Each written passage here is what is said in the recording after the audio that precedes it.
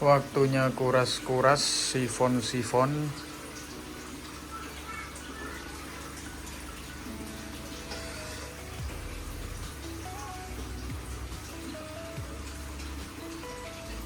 Nah, ini kotor semua. Waktunya nanti kita sifon.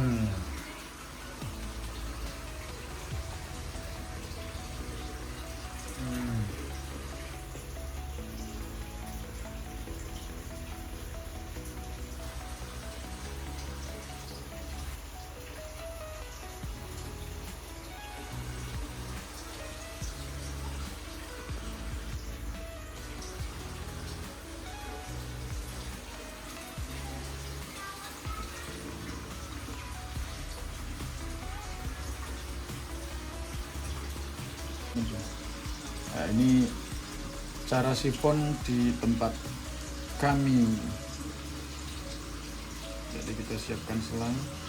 Nah, kayak gini kita tinggal sedot kotorannya.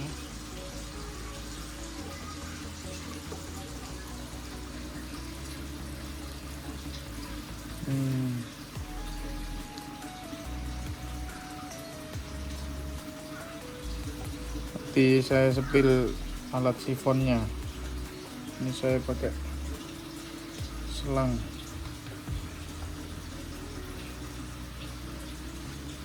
Ada kerannya, jadi enak tinggal twist saja kerannya. Ini dari ikan-ikan yang sedang berkeliaran. Biar nggak kesedot.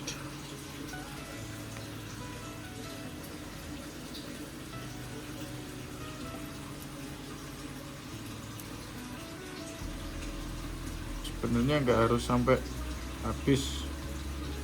Yes, disedot kotoran-kotoran yang di dasar yang bisa disedot aja. Nah, ini udah cukup. Pindah ke yang lain.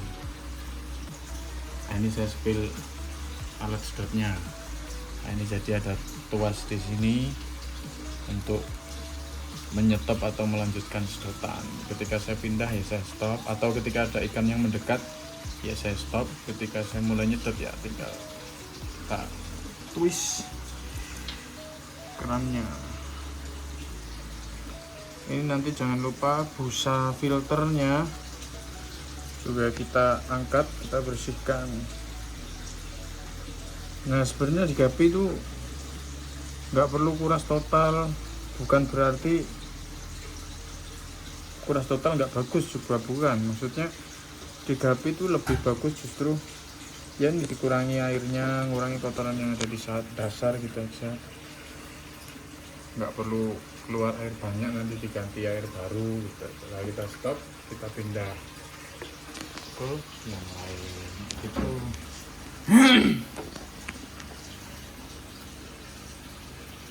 Yang kelihatan dan memang bisa disedot aja.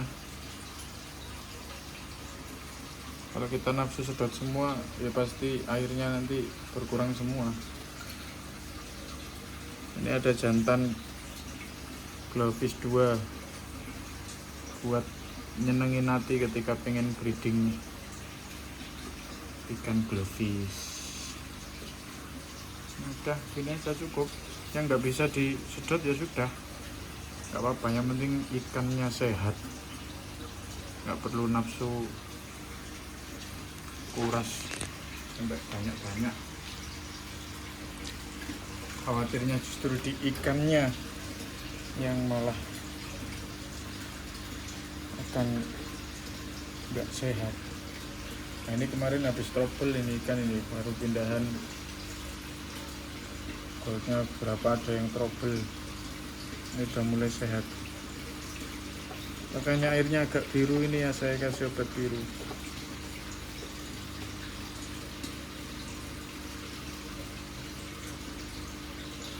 Di sini pakannya full cacing sutra.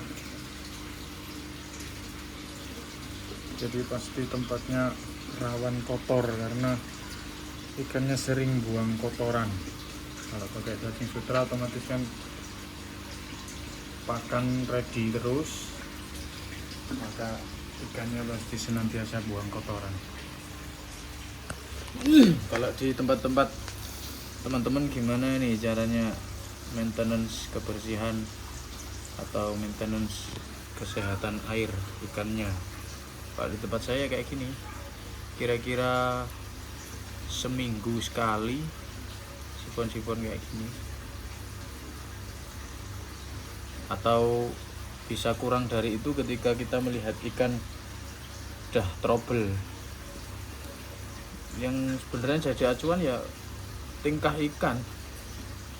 Kalau ikannya ada yang bergedek ya kita gak usah nunggu waktu sifon untuk kita tangani, ya langsung kita tangani.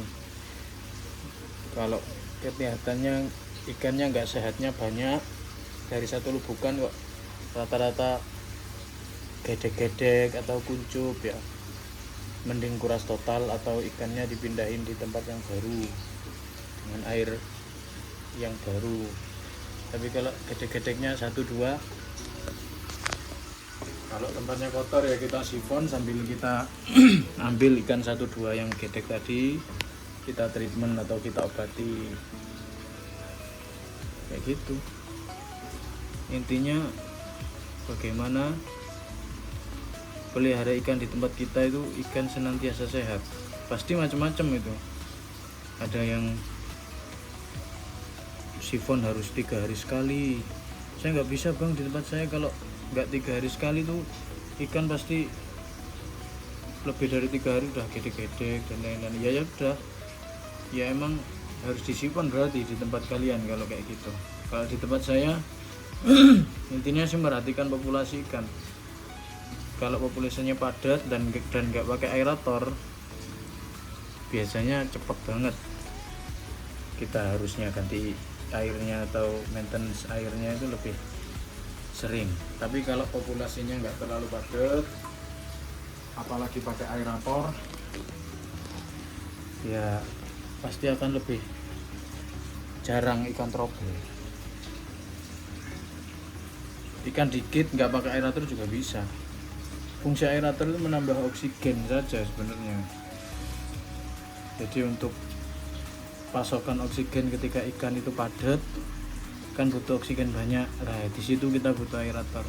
Kalau kita bisa perhatikan populasi kepadatan ikan di setiap media, ya nggak perlu banget aerator, dan ikan akan senantiasa sehat walaupun tanpa aerator kalau populasinya nggak terlalu padat dalam satu media. Tapi kalau ini kan termasuk lumayan padat, yang tapi nggak terlalu padat banget sih, ini termasuk lumayan loh. Ini jenis purple, ini jenis koi red ear jantan semua. Ini juga lumayan padat. Kotorannya kan udah ada di dasar-dasar semua, ini tinggal kita arahkan selang ke kotoran-kotoran itu.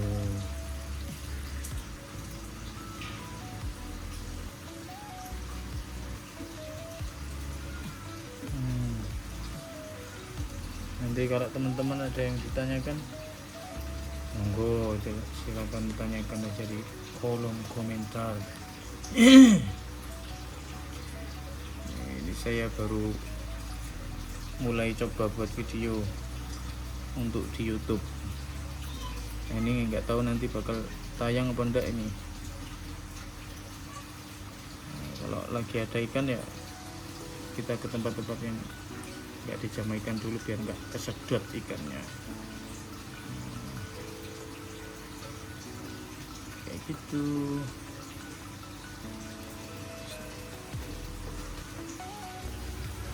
Nah ini full gold betinaannya.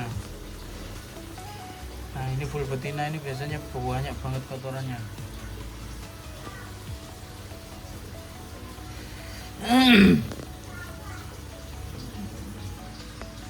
Ini betina VRTDE. Ini kayaknya emang harus dibersihkan kata depannya biar agak kelihatan.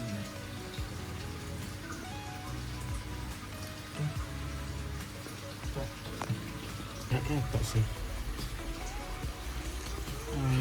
indukan PRTDE saya. Selama kita peliharanya di indoor tuh senantiasa lihat kondisi ikan, karena agaknya beda rawatan indoor sama outdoor.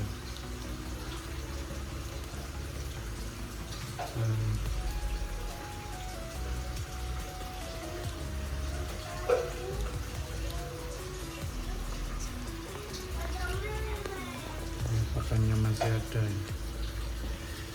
Cacing sutra. Potongnya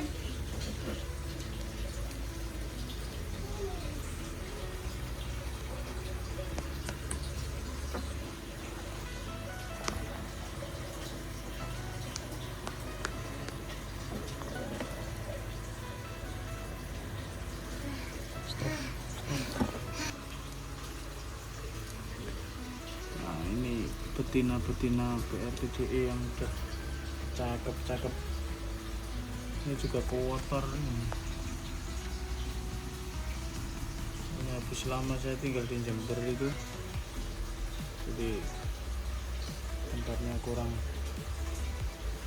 saya bersihkan lama saya bersihkan. Nah, kalau ikannya nggak mau kita stop dulu, kita singkirkan dulu ikannya, baru kita lanjut lagi.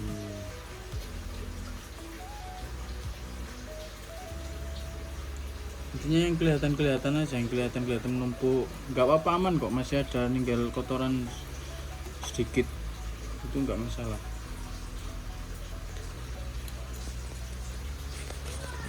Singkirkan dulu biar kelihatan di video. Nah, itu di bawah sini kan banyak itu. Nah, kita singkirkan dulu, kita sedot.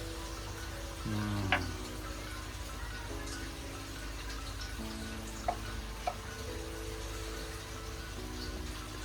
sambil sepil ikannya yang cakep-cakep, tipis-tipis, sepil tipis-tipis ikan yang cakep-cakep. Ini udah full mutasi nih, bagus-bagus ini. Maintenance-nya setiap di bangun saya ya kayak gini. Kuras total tuh hampir jarang banget. Kalau emang udah akuariumnya bener-bener kacanya kotor, baru ini paling nanti saya bersihkan depan-depannya aja kacanya, udah cukup.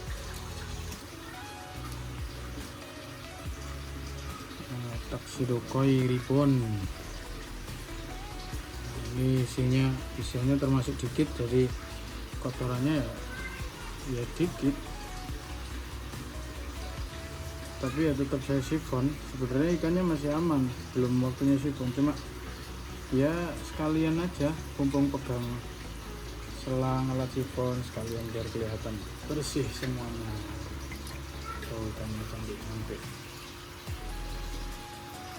Ini betina remajaan yang udah mutasi, yang apa ya, bakatnya bisa dibilang bagus lah. Bodinya masih kecil-kecil tapi dia udah full red ear.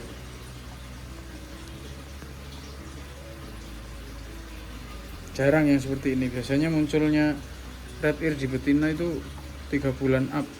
Nah ini dia baru 2 bulan udah muncul, jarang banget yang seperti ini. Makanya saya pisahin ini, barangkali nanti bisa lebih cakep lagi.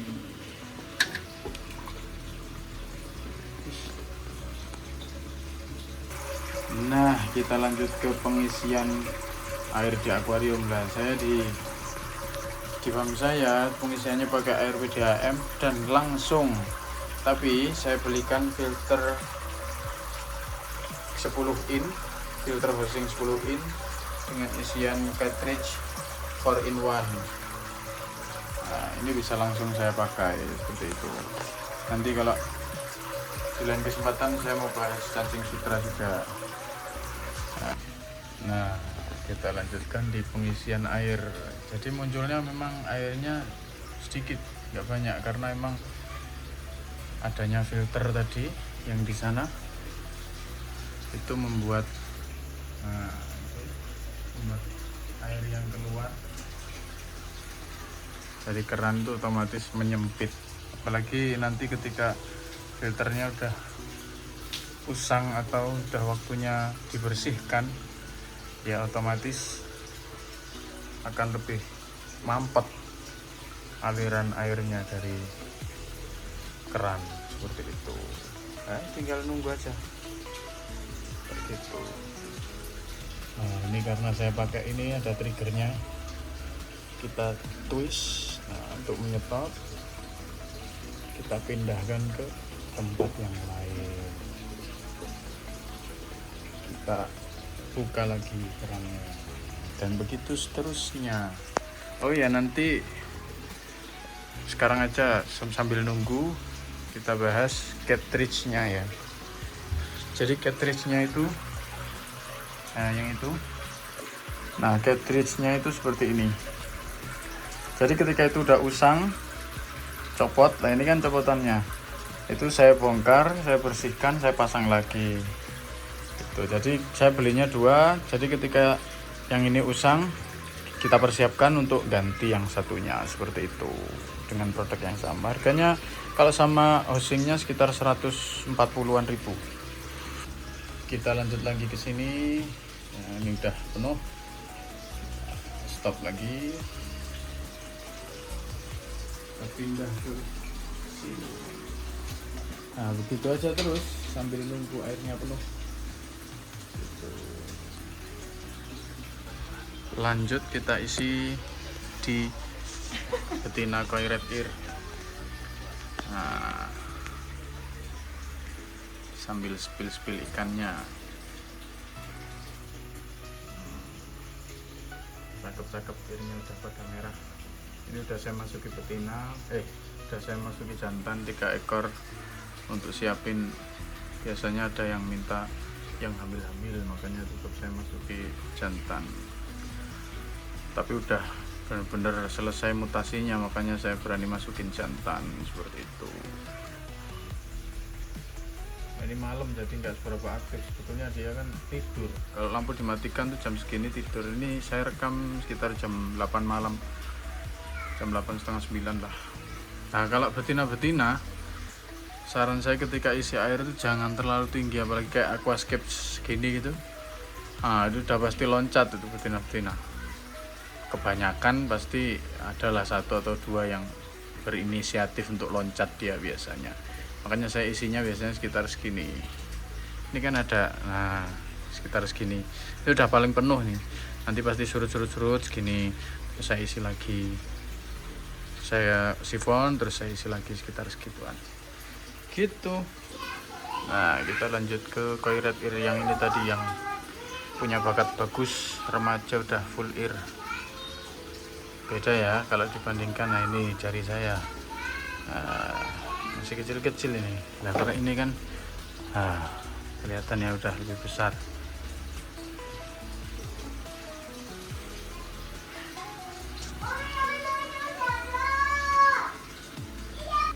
Nah, kita lanjut ke Tuxedo Koi Blonde Tuxedo Koi Ribbon. Sama, kita isi. Ya, kalau ikannya nggak terlalu padat biasanya jarang loncat, bisa lah diisi agak tinggi. Kalau populasinya nggak terlalu padat, seperti itu. Nanti barangkali teman-teman ada yang ditanyakan atau ada dari perawatan saya, bang nggak gitu bang, caranya pelihara gupi itu gini loh, gini. Ya kita sharing lah, sama-sama kita masih belajar, sama-sama masih belajar. Dan setiap breeder pasti beda-beda caranya, jadi ya di tempat saya sih kayak gitu sih, seperti itu. Kita ramaikan aja di kolom-kolom komentar, nanti barangkali kita bisa belajar bareng di sana ya. Nah, kita akhiri pertemuan kita dengan melihat ikan ini. Biasa ya ikannya ya, kelihatan biasa, tapi emang gini setupnya harus ada pencahayaan dari ciluk bala. Kalau ada pencahayaan dari depan, dia bisa mengeluarkan warna ungunya. Nah, kelihatan kan ya. Nah ini aja yang mantep ungunya, purple. Nah gini ya, mungkin kegiatan di awal video kita akhiri sampai di sini. Barangkali ada yang kurang tepat dalam sharing saya pada video kali ini, bolehlah diramaikan di kolom komentar. Saya akhiri. Selamat malam, sampai ketemu lagi di Alfamni Gapi. Yuk.